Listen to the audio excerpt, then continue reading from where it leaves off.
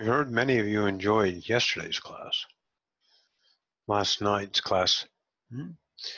If you go back and watch them in congruent fashion, maybe you would notice a tempo of emotion, all right? And once you really look at that idea, some people yesterday may be taken aback a little bit by the strong words, feeling like the collective us was attacking in some fashions, giving you an experience of less than.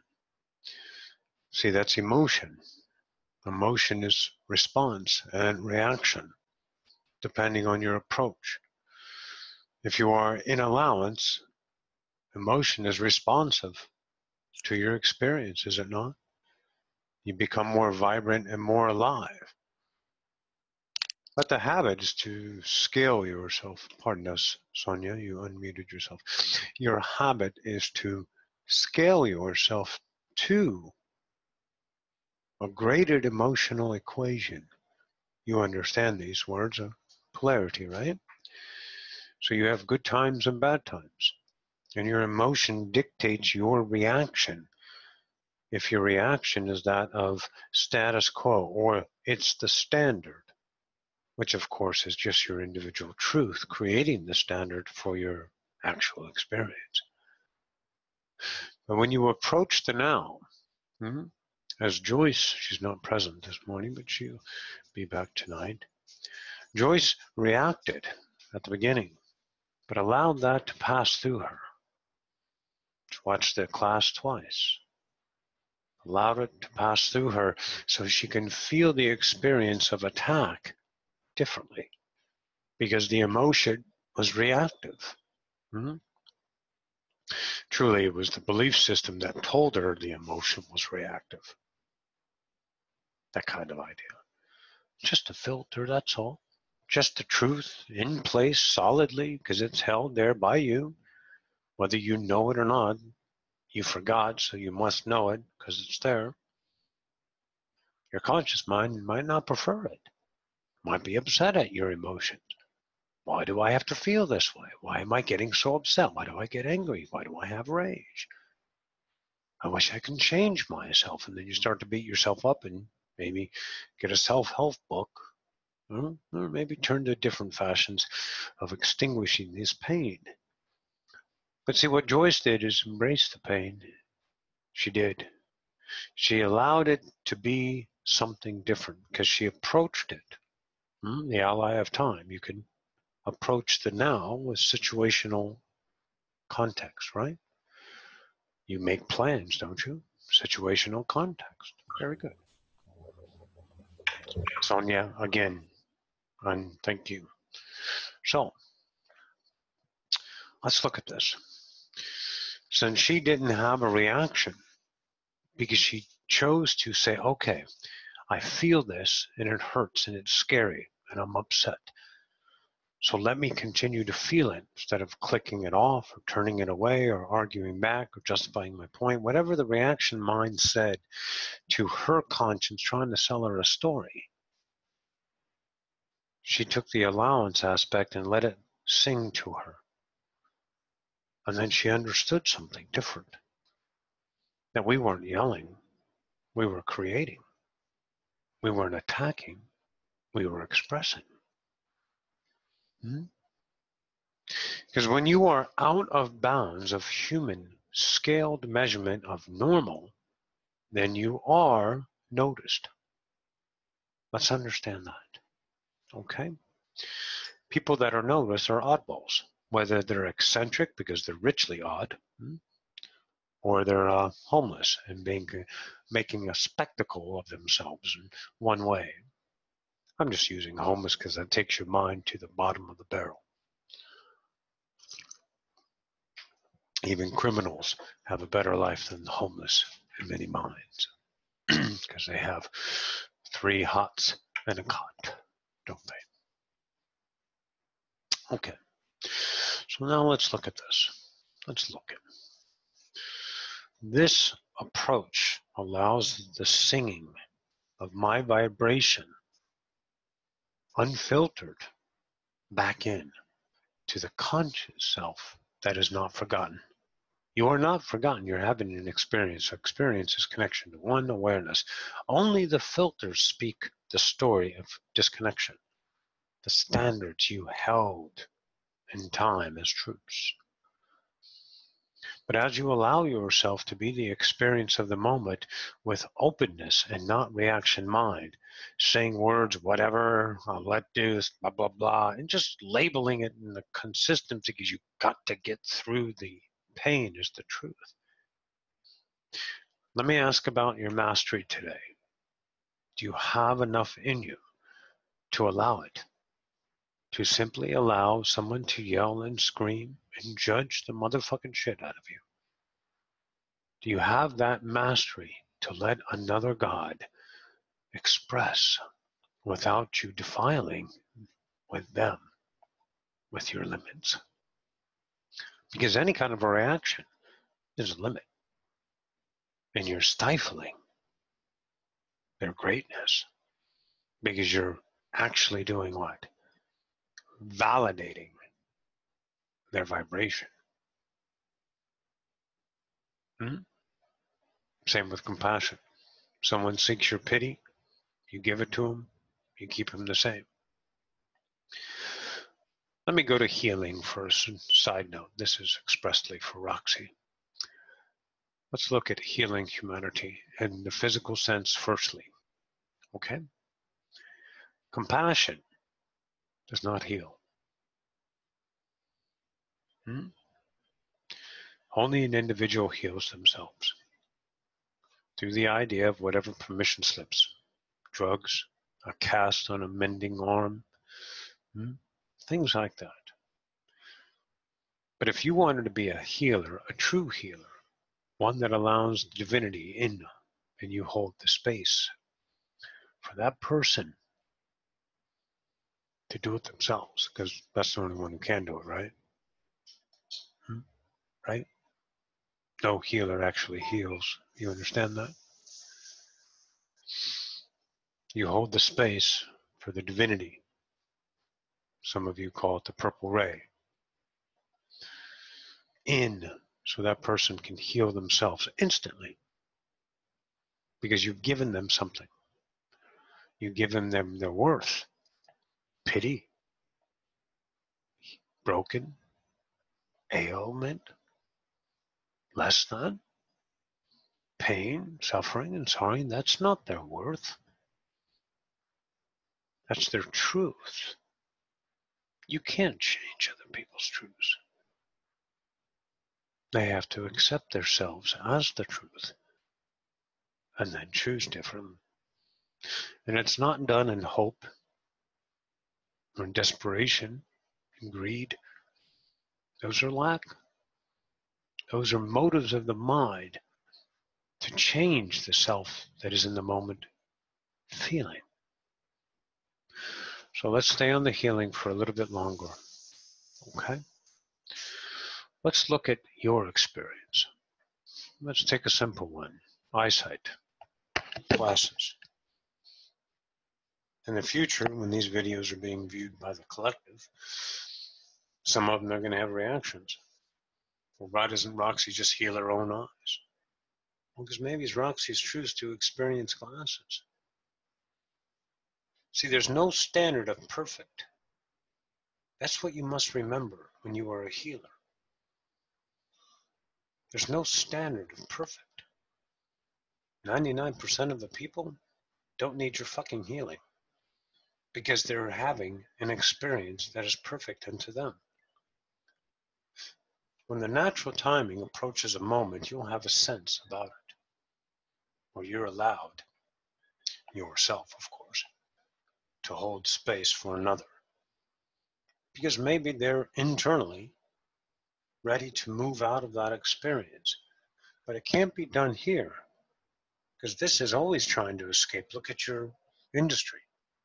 Look at your institution of medical. Look at the money machine it is. Look at the lab rats. Go to your medicine shelf.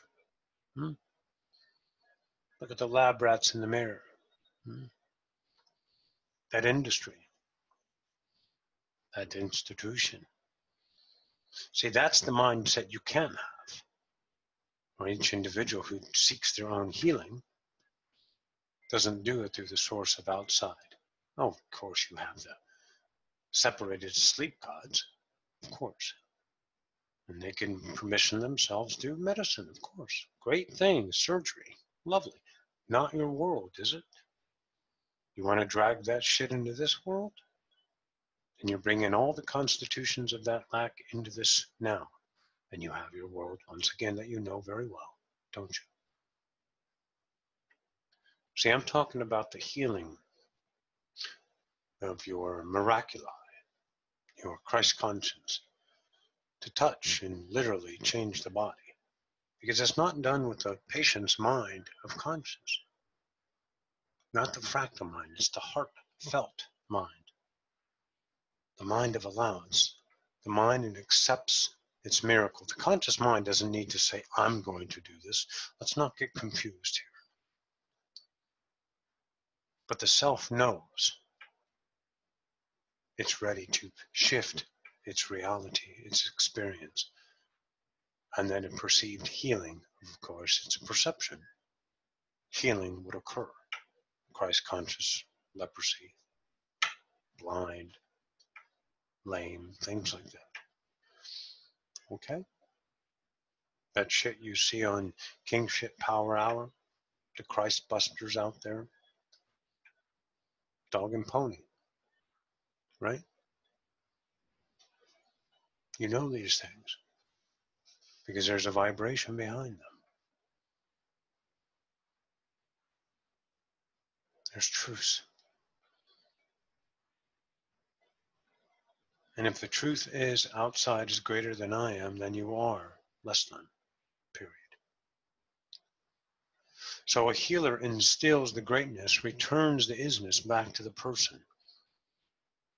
And it's done in vibration. It's not done as the teachings of today. This is your idea. There's many ways to do it, but you guys are not ailed. You are not sick. You have headaches, you have aches and pains, so fuck what? You have eyesight, so what? You get gray hair, so what? You're having a life, for God's sakes. Don't interrupt it with your arrogance. Okay.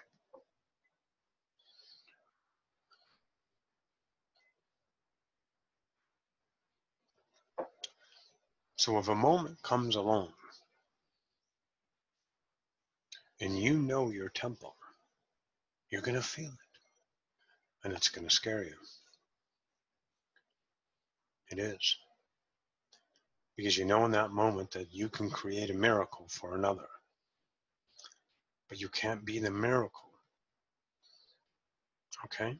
You can't have that image surrounded you, wrapped in a blanket. Don't do that to yourself. It's going to take a little getting used to. You've got to be extremely meek for this action to be performed in a physical world. You have no concern for the well-being, the approach, the state of being, if you would, the conscious approach of the idea of the one needing healing. You can't think about them. You can't wonder about what's going to happen. You can't look in the future to see how it's going to happen. The Christ conscience was so in love with himself, he had no accord for the external, because he knew after his 40-year walk what lied within himself. He knew. And he just simply represented.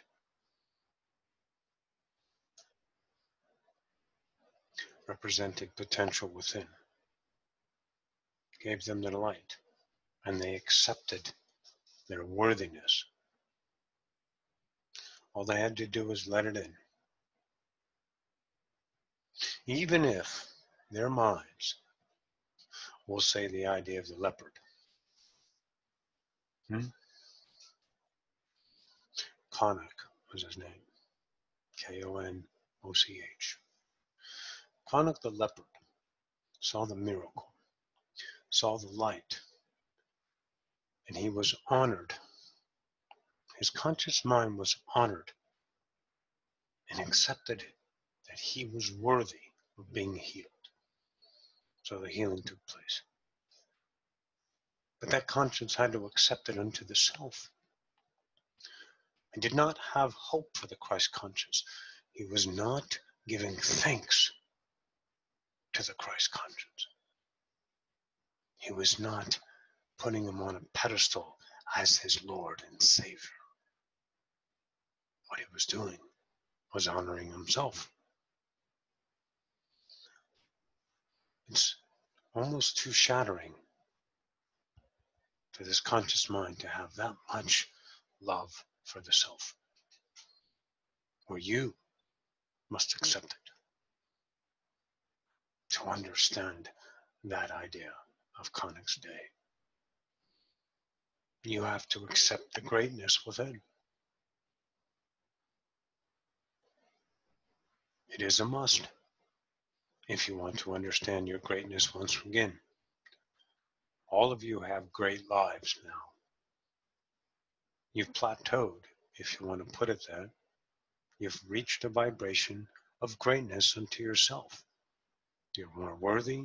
You're happier without reason, cause. You don't pursue effort as much. You have a couple of fears here and there, but all in all, you're dynamite. You're feeling good. So you have that because you've honored yourself. But there's more. There's always more. There's always more yourself to know. And this idea of worthiness unto the self is acceptance of its own creation. It's, yes, I want this.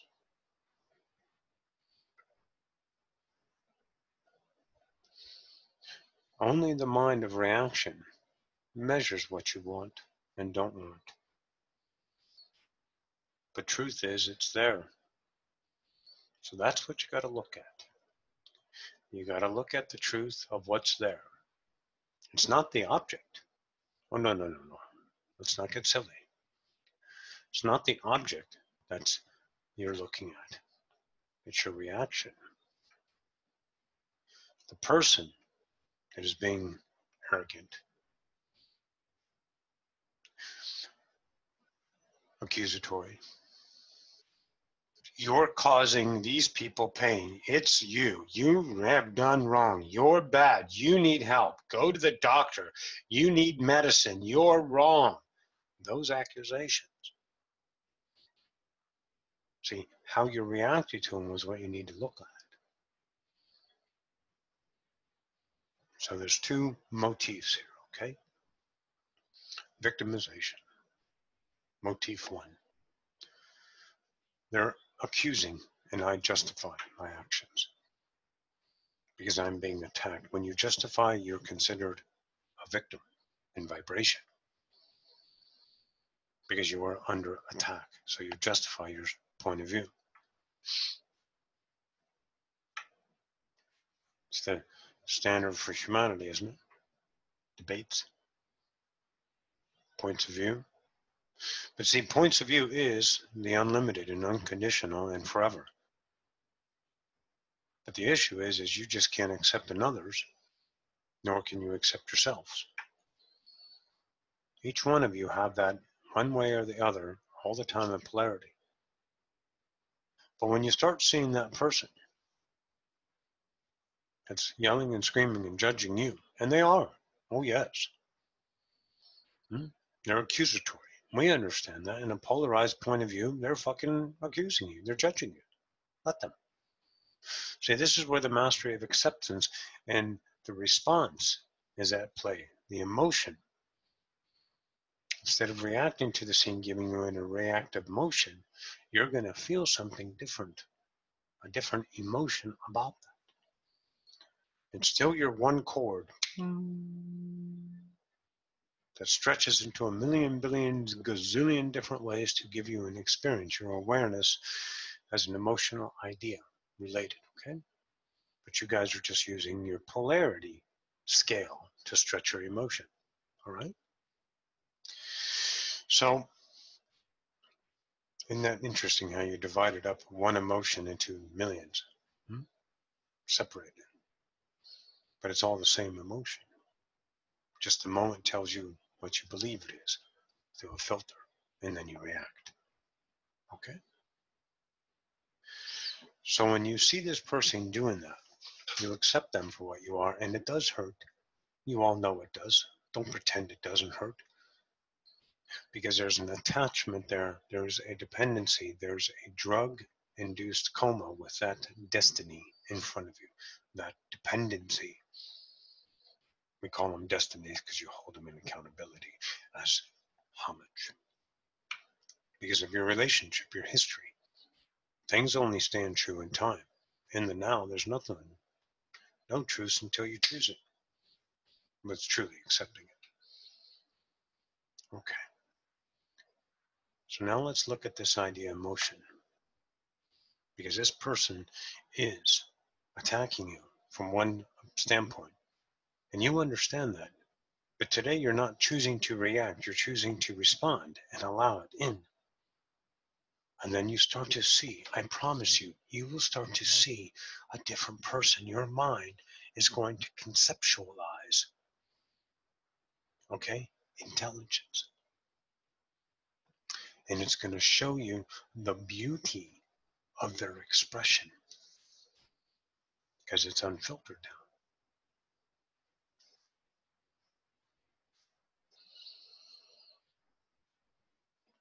And that's the master part that hurts. It's very painful, frustrating, devastating. It crushes the worth that you've built so hard to image.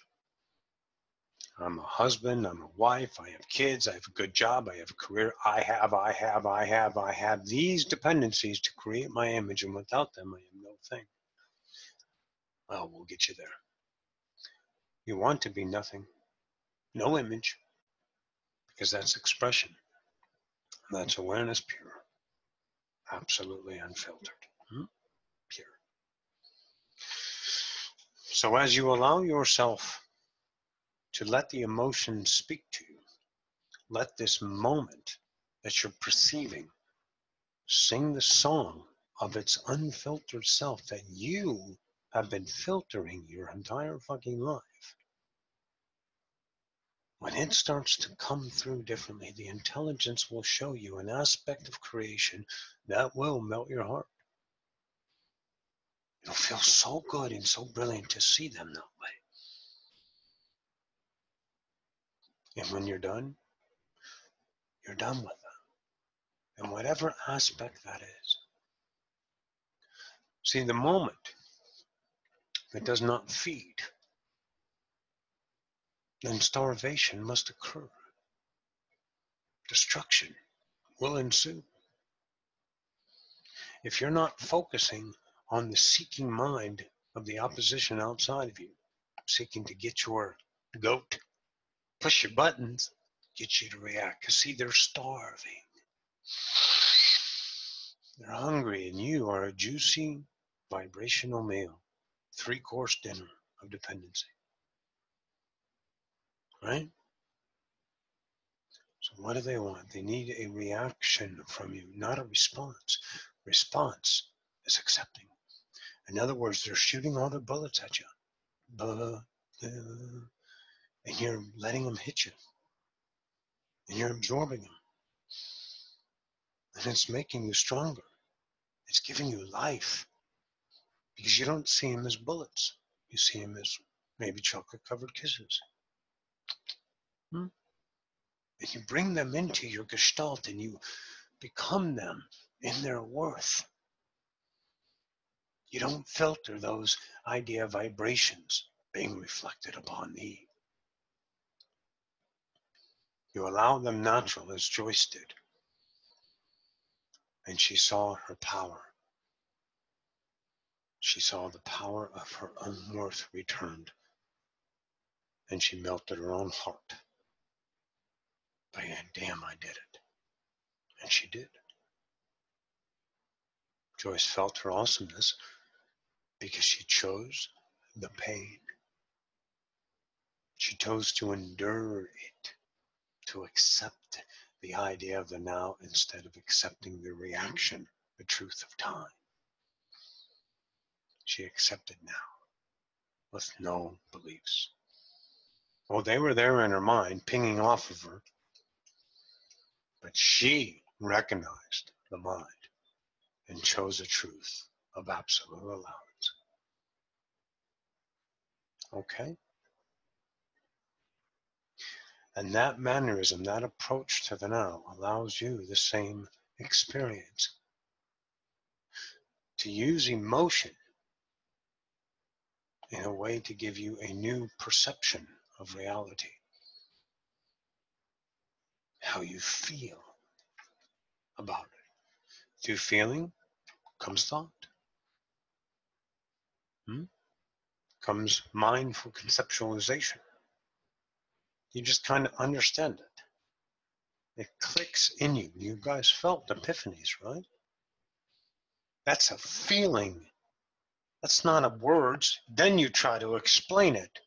But then every time you explain it, you can't because you don't have the words, because the words define it. They dumb it down to one or two colors instead of the infinite it is. Right? Okay. Okay. See that? This is what's changing for you. Your master work does not involve healing humanity. Your master work does not involve healing you. Nobody's broken. No one's in peril. No one needs better. No one needs anything.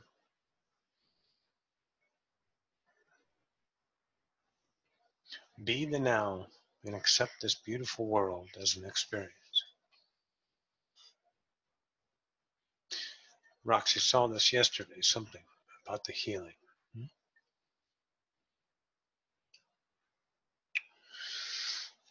There's a side note. A friend of hers has psoriasis. And Roxy just touched it and rubbed it. Psoriasis isn't gone, but it's just a speck of what it was. She called and acknowledged Roxy for doing that because she felt Roxy doing it in the moment, became alive with it. Roxy goes, I didn't do it, you did. Because that would be arrogant, wouldn't you? It's an opening that you offer because the one needs the one in that moment to shine the light inside of them. So that occurred. But there was another incident yesterday. A young girl in a wheelchair. She wasn't actually young. She was actually a little bit older after some more observation by Roxy. She's been in this wheelchair a very long time. Eyes open, can't move. Just looking around, being wheeled around in life, looking up pretty much at the idea they had her at an angle. And Roxy was feeling the compassion inside of her. And then the idea hit her. If she just had the ability to heal, she can give this girl a better life. And Roxy said, holy shit, look at that. She found that perspective still inside of her, that someone was in peril. So as all masters do, she allows this to run its course. And then it returns in the eyes. Roxy sees her now as an experienced God. That she gets to know herself this way, that no other individual singularity can ever know. That unique world she's created for herself. Then Roxy says, what the hell am I going to do and fuck up her world with my lack, my hope? Maybe I'm an ego. She understands and speaks that truth to herself. See, it's every moment there's a possibility of recognition of anything that keeps you down, keeps you dark, keeps you vibrationally feeling the same equation over and over again that you have no business fucking around with anymore because you're too in love with yourself. The life you deserve is the life chosen in truth. No one's going to give it to you. All of creation is waiting to give you your vibrational match, and in time you choose whatever the hell you want, because you are your own masters.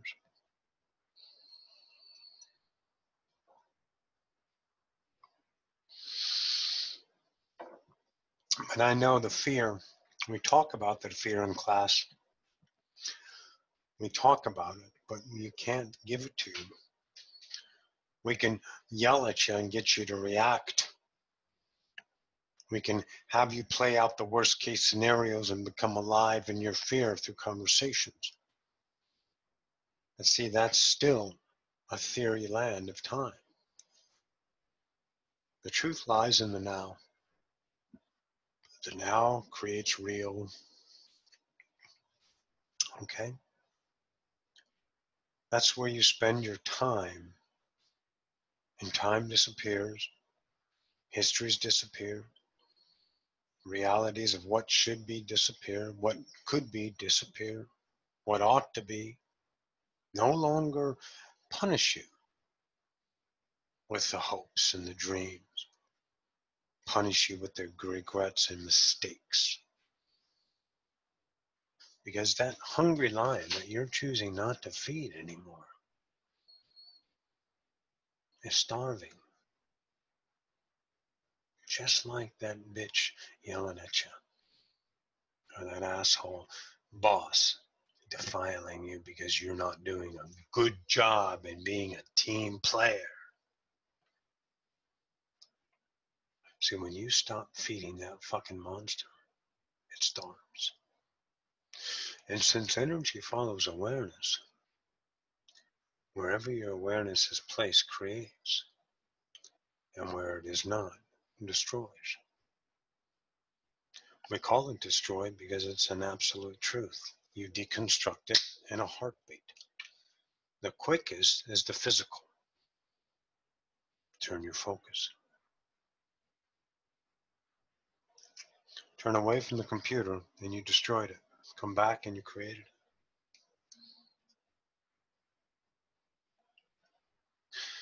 That person is looking for vibration. We're not trying to leave their physical reality and destroy them that way. You're destroying their vibration. By what? Changing. You're allowing it in. And they have all of a sudden no foothold. It's like them running into quicksand and thinking they have stable ground, and they're just screaming and hollering, and they're just slowly getting swallowed up by you. Because you're bringing them into the hole, and they can't fight anymore. They can't scream because there's no reaction. There's acceptance.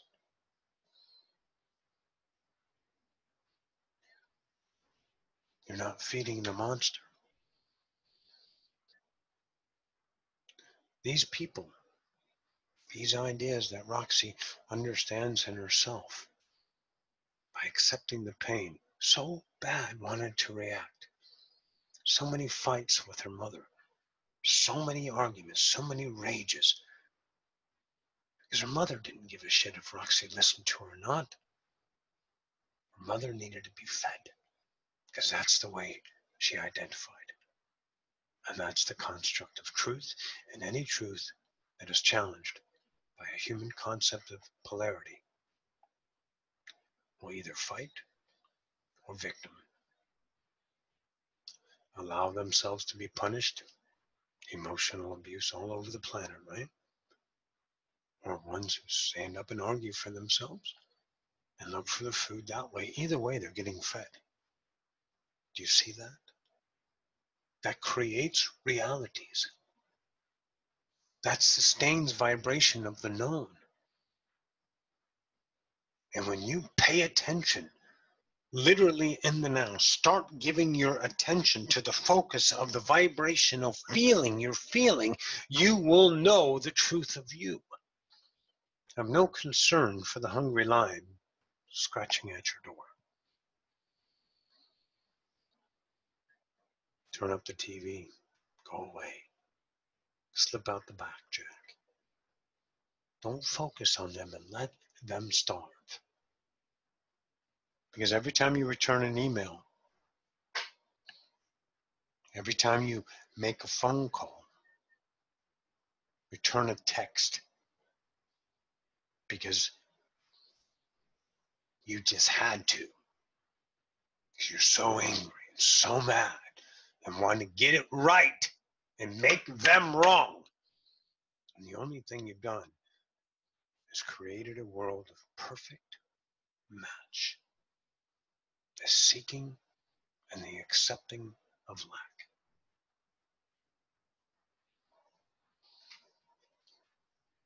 That's why it's so goddamn hard to be a master on this planet. Don't you think after this long, if it was in a book, it would have been done? If it was in rituals and if it was in the stars? If it was done in image, you guys would have already figured it out, don't you think? The kingdom is within, and that doesn't mean outside in any way, shape, or form. You have to be intimate with yourself, with your reaction, your responses, your truth. You have to swallow your pride and become the most excruciating humility aspect. It crushes your image and it hurts. Again, the only thing that suffers is your ego. You never suffer. That stretching emotion is the one that's going all over the scale because of the reaction of truth that you held in time, because you coveted a separate belief because you knew nothing. Look at this beautiful way we've exhibited it today for you. But you have done this because you're the match of it now. You're the truth to see this aspect of reality from this awareness point of view. That the ones that are spewing their diarrhea and judging and doing that are just looking for their own worth, image. They don't care. They just gotta have the drug. I'm worthy. I'm worthy because you argue with me. I'm worthy because you say I'm wrong and I'm right. I'm worthy because you did what? You gave me energy by focusing on me.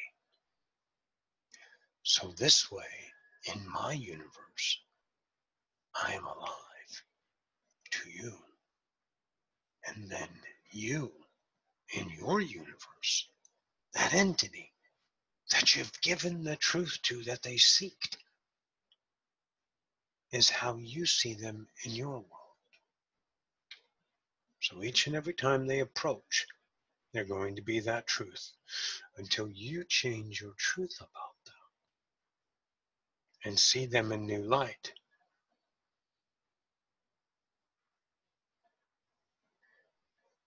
Then you get a new version. It's like Jennifer. Jennifer, being this isness, got so many different points of view from the parents. She always seems to be shocked at her own work because she still hasn't accepted her worthiness. She always reacts like, oh my God, they would never do this, but they did. Why? Not because of them, because of reaction.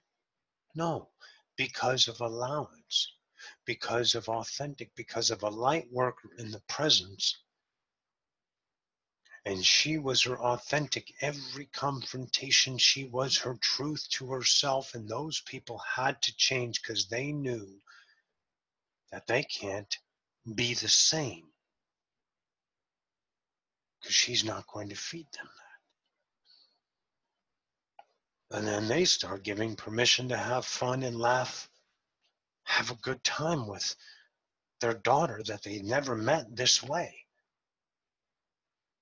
They always knew in their world, this is the construct that I created and you're failing me because I can't feed off of you. I paid time. I gave you birth. You're supposed to be my trough, my drug. Give me my vein filled with your drug of compassion, of authority. And Jennifer said, no, not today. Today you don't get that. You get my truth. And it hurts Jennifer. It pangs her, makes her cry. She justifies it by saying whatever. It's a California word, I suppose. But she knows the truth and she spoke it, so she got different versions of her parents. Surprised her. And then sometimes they come back a little bit different because they go and they get fed through another source and they come back and try to change her again because, oh, goddamn, this girl is in trouble. She's going to be homeless, living in a gutter. If it wasn't for me. Oh, yeah. Like you're a fucking creator of other entities. Oh, you are. Of course he is. But not as a truth of yours.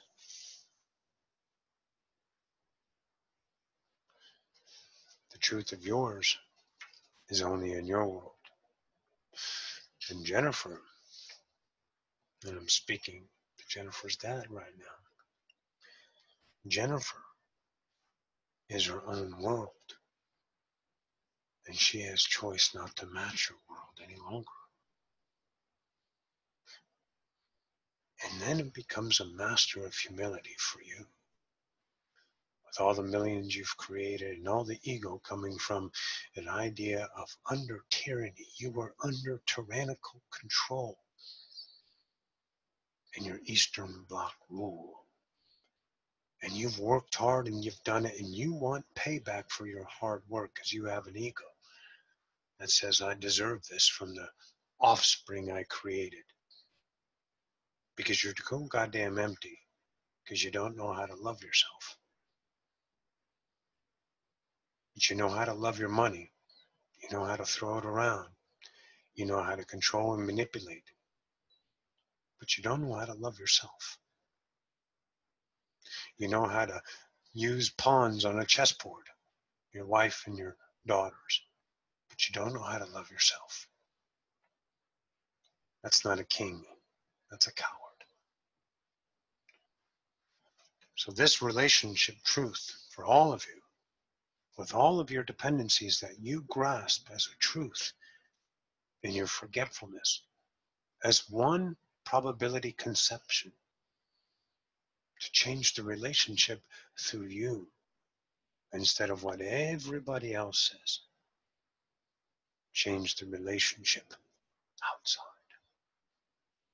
through your might, your power, your manipulation, your greed, your accusations, your emotion, your abuse, your laws, your things that instill fear, because that's all you know. And the humbling gods, the meek gods that I speak to in the presence of the now, know these truths today. And they are an absolute wrecking machine, and they will destroy your worlds. But all you have to do is just change your focus. Find another trough. Misery loves company, and it's all about you. But you'll lose this idea. This watering hole will dry up because it will no longer produce that which you need in lack. For these masters have found themselves. They have humbled themselves to their own worthiness. They have strided the pain to know the pain is as beautiful as anything they can believe, as anything they can imagine. So back to my masters. Greetings. As you choose yourself going forward, know that I am here, Roxy, everybody else, and I mean everybody else, is there for you to understand yourself, not to give focus of a value to that would deplete your worthiness to the status quo of a conceptual lost mind. That these people are there for you to discover yourself. And if it is anger and rage, if it is hope, it is a dream, if it is sexual prowess, and if it is exploration of fetishes, and if it is an inquisitive mind to be obsessed with hard labor, whatever you do, creation is there for you to use, not to hesitate, not to debate, not to wonder, not to hope, not to dream, to use. Get into the experience of now and live there. And you will shatter worlds. You will crumble the institutions around you and give potential to the dark as they see themselves within your light. Okay? Okay. Yes.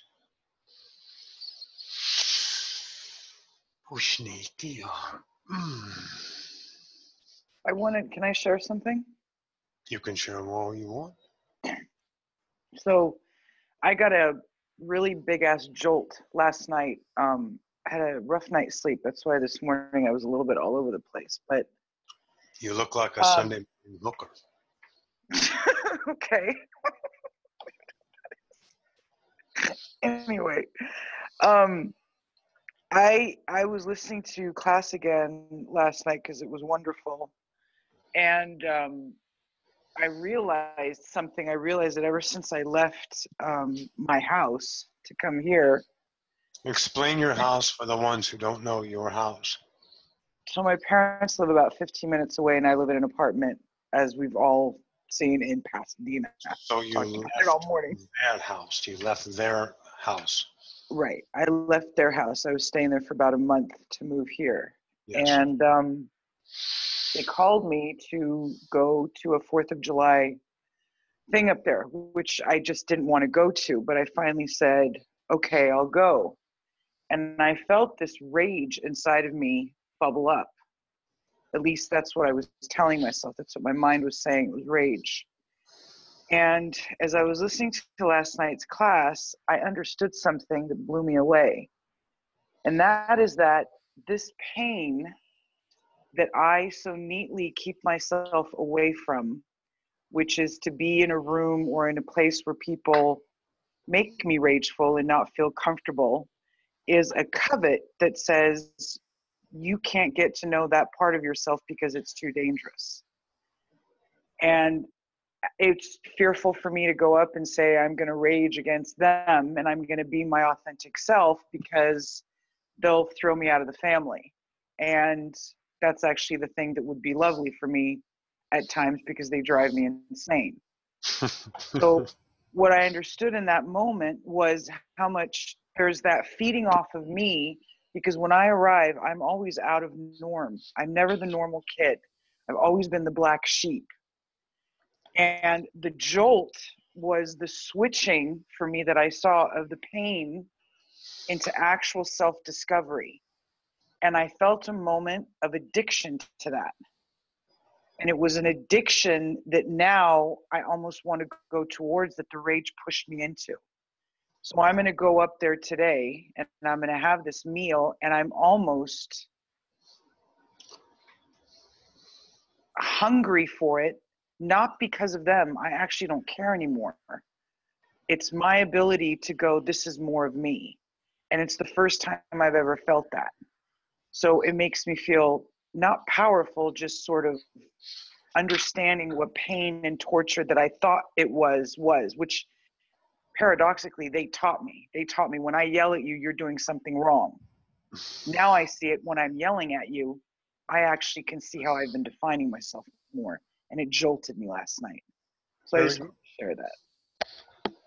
But it is power that you are receiving. That's the anticipation why you're excited about going up there, because you're hungry, because you're returning your worthiness, and your worthiness is your own resolve, right? It means your own sovereign nation, and that's power. But Right. not It's the just arrogant seeing power. it. It's seeing it from a different perspective instead of being a victim and attacked. It's Yes, almost divulging more of what I am, my isness, and it's exciting. not almost. It is. And it kind of, want to kick some ass. Kick ass with Meek. Nargiza, you have a question. Thank you so much, Roxy. You know, it's very interesting. Also, thank you for Jennifer for sharing. It's beautiful what you just shared. You know, today I had exactly like similar situation, and it's amazing how we're just talking about it because I came back home with a lot of questions. I have a colleague who I work with, and I feel like she kind of makes fun of me, and like she imitates my voice, like, and she kind of makes fun of me in front of people. So today I said, okay, I'm not going to react. I just ignored it. But then I came back to my desk and I kept feeling like horrible. Yes. I kept feeling horrible. Yes. And Why? What's the horrible? because, Because you didn't react. yeah, I did not, I You kept, Shh, quiet, church mouse. My turn. Anything else is just diarrhea. Listen to me. okay. This is the pain we speak of. You felt horrible because you didn't do what you were supposed to do. You didn't stand up for your egoic self that was being attacked. You didn't feed the hungry lion. So you were empty, and you felt empty and horrible because you had no sovereign resolve, no comb over of drug that you got back at her, that you said something. Do you understand? Now, this is unique to that moment. Each individual moment, class, my masters, is the moment. Don't drag this idea in time. This is for her, and it relates to you in some commentary, but not as a standard, okay? So what you were feeling, the horrible, was you, the belief that gave you the actual pain you live in.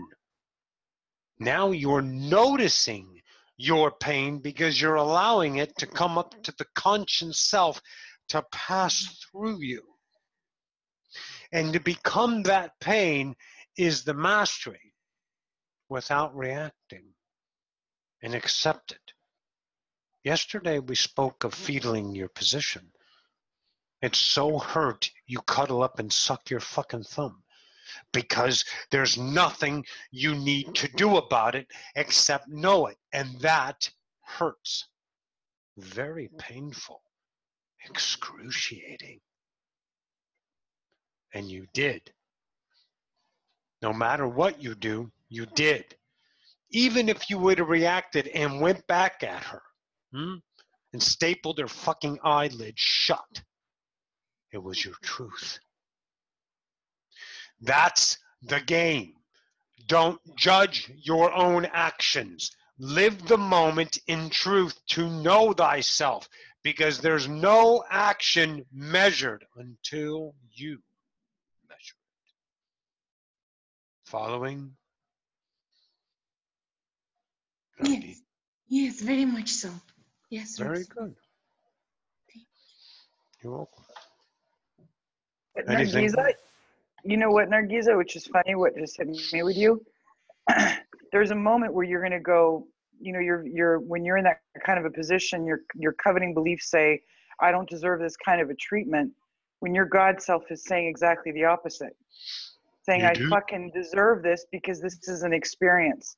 That's why Yes. everything is backwards and it's hard to see, but when you experience it, you really get into the pain and it feels like a hot coal, and you let yourself get yelled at. I've had that so many times with my family where I let them, and I realize it's not what I thought.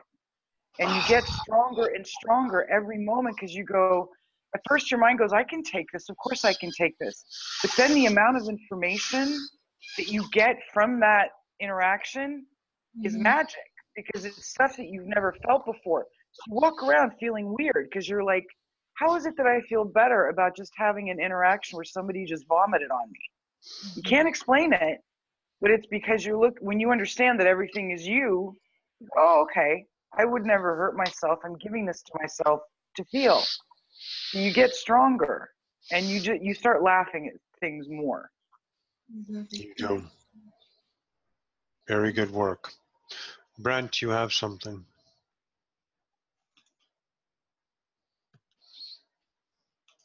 I think you answered this when you were talking to Jennifer about her dad, but last night you guys said if you hold someone in accountability in memory, then you're going to get accountability when they come back.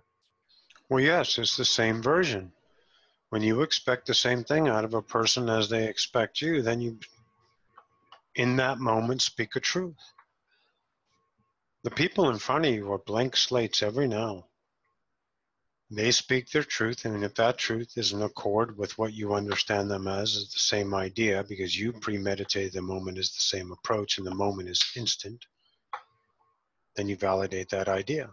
But it doesn't mean in the next moment it doesn't change, because you start to accept them for what they are instead of starting to allow them to be, let's say, what they seek from you, feeding, things like that. Does that make sense? Yes, thank you. You're welcome. Scott Wade, you have something? Hey, Roxy. Can you hear me okay? We hear you. Fine. Yeah, I just had an experience this morning where I felt like my legs were going to like jelly, and I felt like I had no foundation. Like I felt like my own whole self was coming in more like edged, and it felt like I was falling. And then I got a bit freaked out, and I've just been experiencing, I feel like my ego is just getting crushed. Like I feel like I'm suffocating at times. Good. My box is just getting smaller and smaller and smaller every day. And it's, and you know what's really neat is you're still here and now, right? Yeah. It's just been your experience. You guys want change, we give you change. The change is scary. It's uncertain. It's falling, like you said. It has no foundation. It has no foothold. And you keep doing you, and you will only know you. That's how it works. Excellent. Feel that truth about you now, don't you? Yeah. You're a little bit less afraid, aren't you, Scott? Yeah, I really don't give a shit about a lot of things anymore. Your concerns and cares are starting to fall away. Okay. Very good. Okay. Thank you. You're welcome. It's good to see Dana, Roxy says, and good to see Becca and Daniel. Of course, Rebecca's here. How are things in Oceanside, Roxy asks. Sun shining. It's beautiful. Yes. Things are good. Very good. All right. Well, I'll bring Roxy back if there's nothing else. All good? All good. We'll see you Thank tonight. you. You're welcome.